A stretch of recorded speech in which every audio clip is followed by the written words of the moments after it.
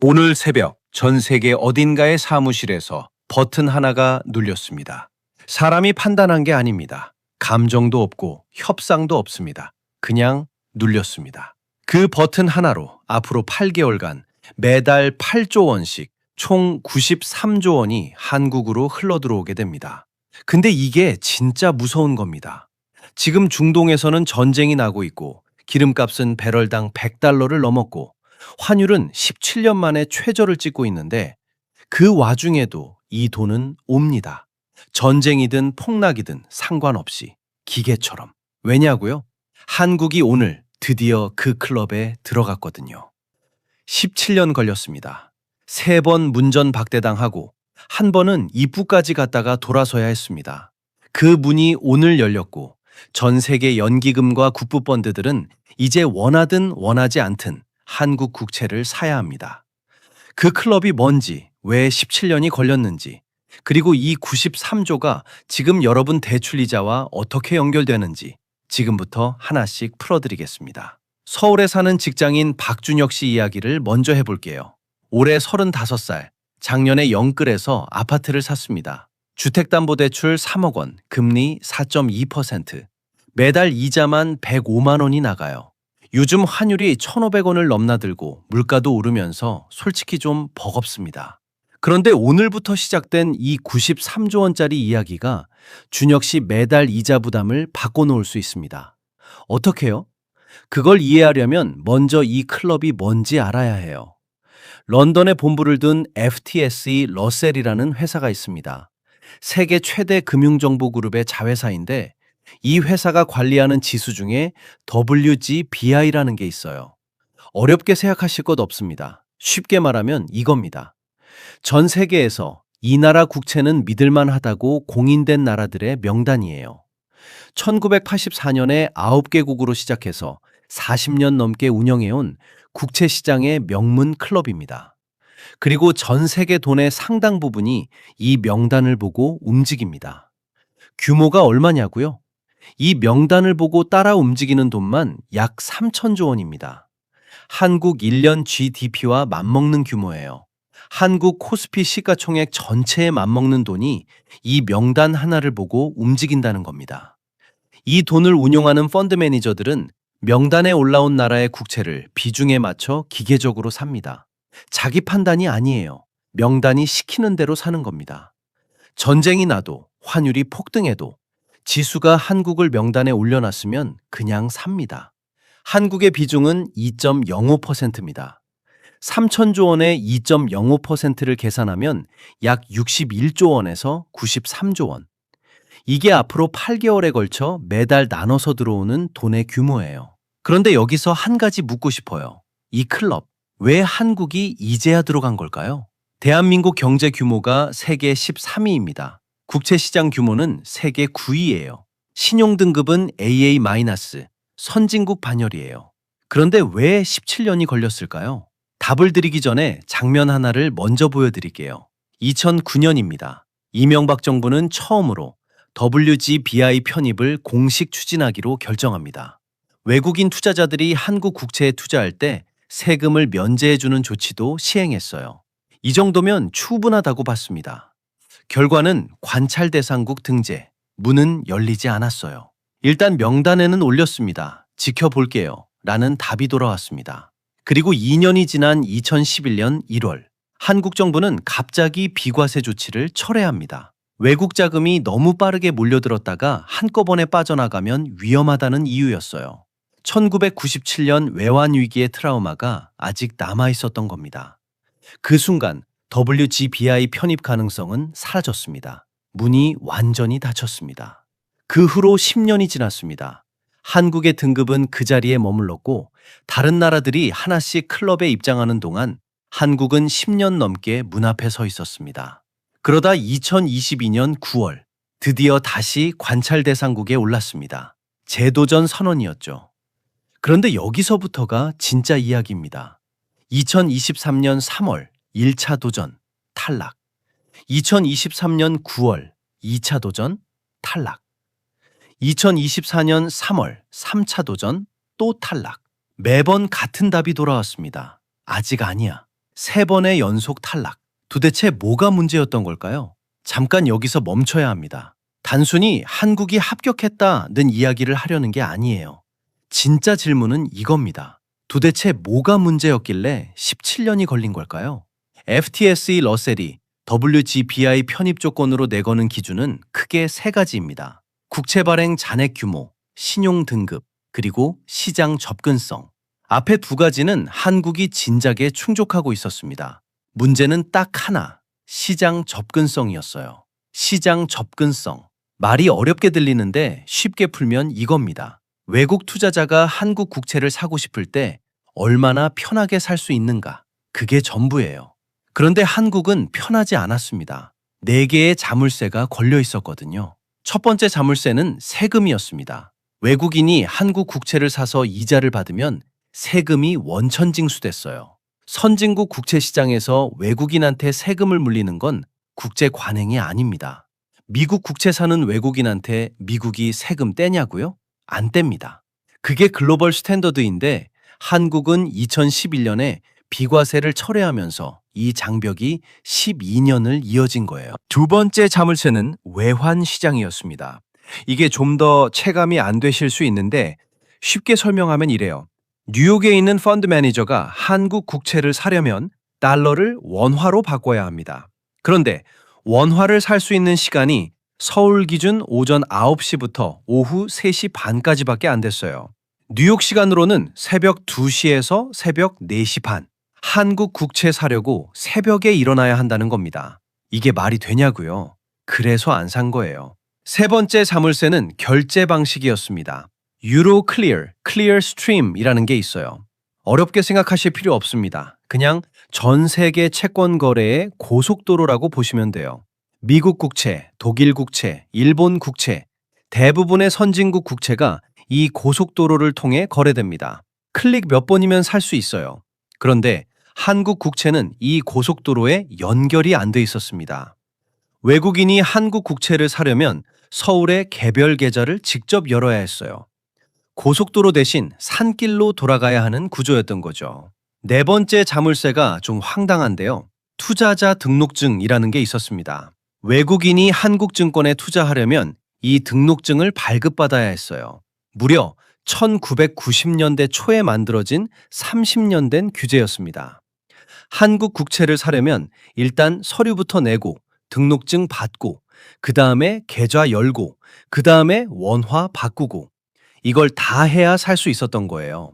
글로벌 자산운용사 입장에서는 그냥 미국 국채 사는 게 100배 편했죠. 한마디로 한국 국채 시장은 문은 열려 있는데 들어오기가 너무 불편한 구조였던 겁니다. 그러면 이걸 어떻게 고쳤느냐?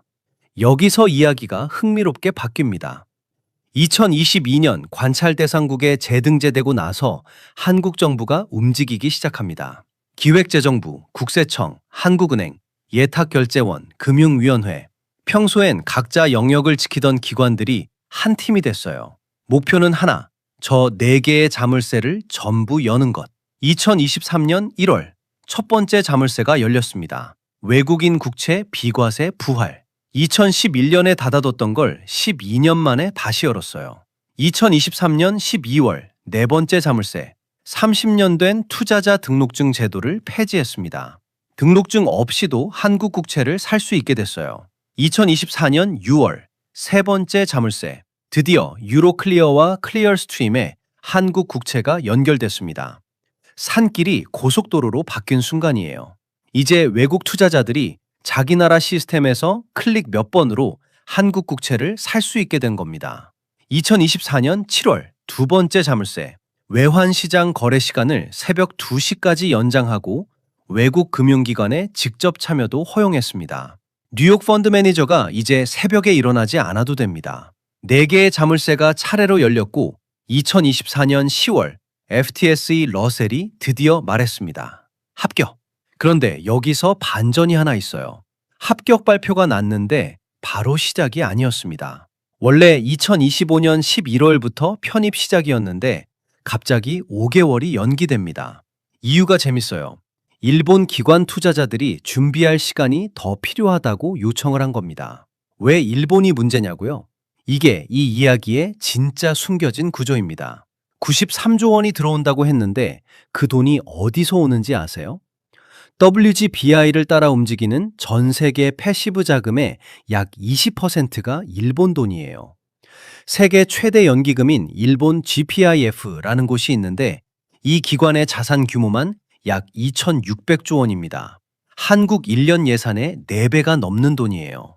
이 기관이 WGBI를 기준으로 해외 채권을 삽니다. 그러니까 한국 국채를 가장 많이 사야 하는 큰 손이 일본이라는 거예요. 기재부가 2025년 봄에 도쿄를 직접 방문해서 GPIF 최고 투자 책임자와 면담을 했던 것도 그래서입니다.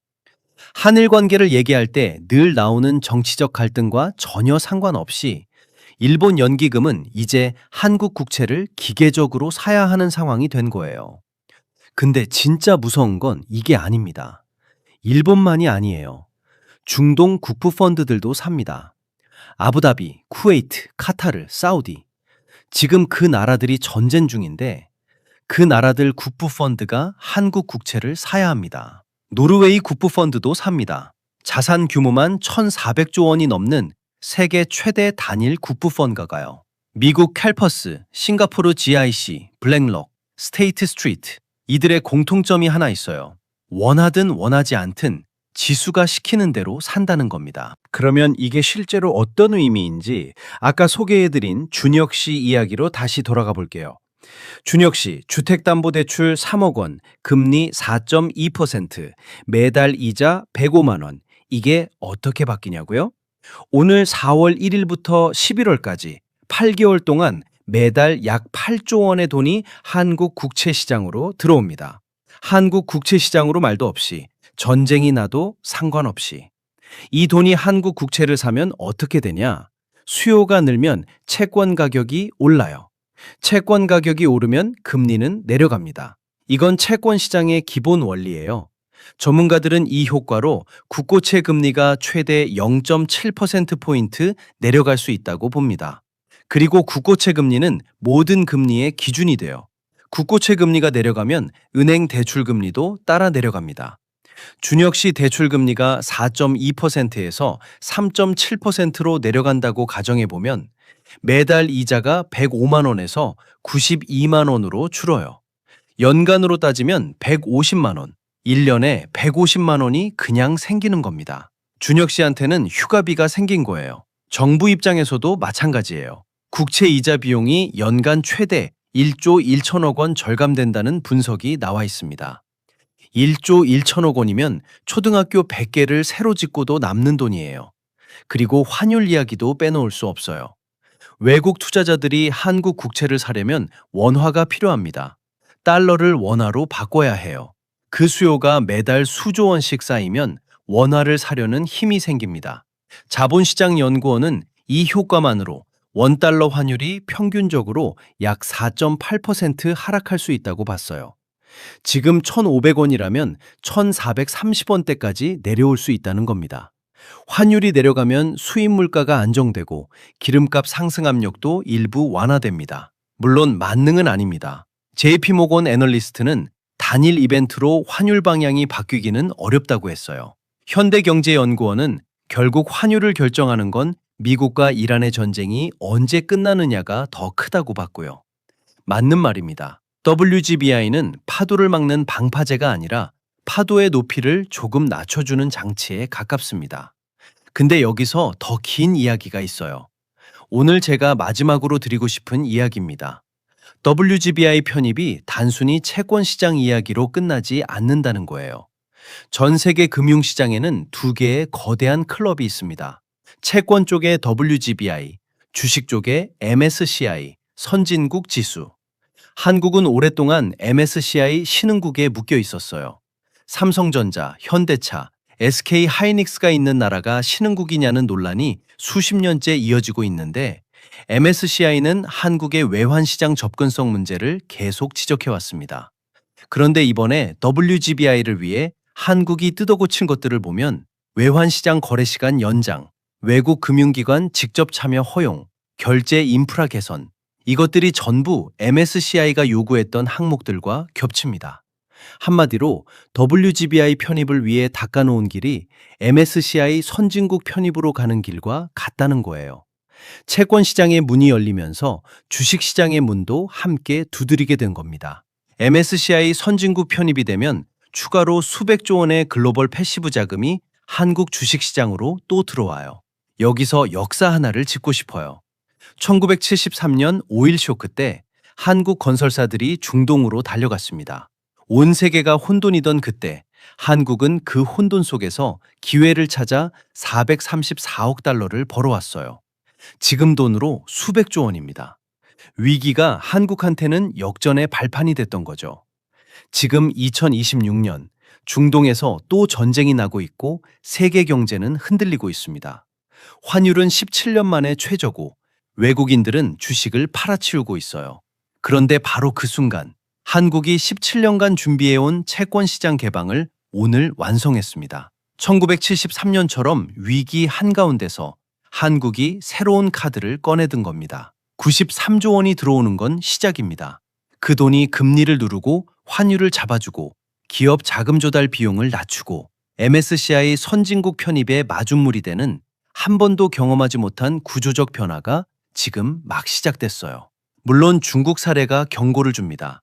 중국은 WGBI에 편입됐는데도 2022년에 오히려 약 40조 원이 빠져나갔어요. 거시경제 환경이 나빠지면 지수 효과도 무력해진다는 걸 중국이 먼저 보여줬습니다. 지수가 만능이 아니라는 거예요. 그래서 오늘 이 이야기를 들으신 여러분께 하나만 묻고 싶습니다. 17년 동안 3번 탈락하고 외환 위기 트라우마를 넘어서고 30년 된 규제를 걷어내고 전쟁이 터진 날 드디어 문을 연 이 나라의 채권 시장. 중동의 불길 속에서 꺼낸 이 카드가 과연 1973년처럼 역전극이 될 수 있을까요? 여러분의 생각을 댓글로 남겨주세요.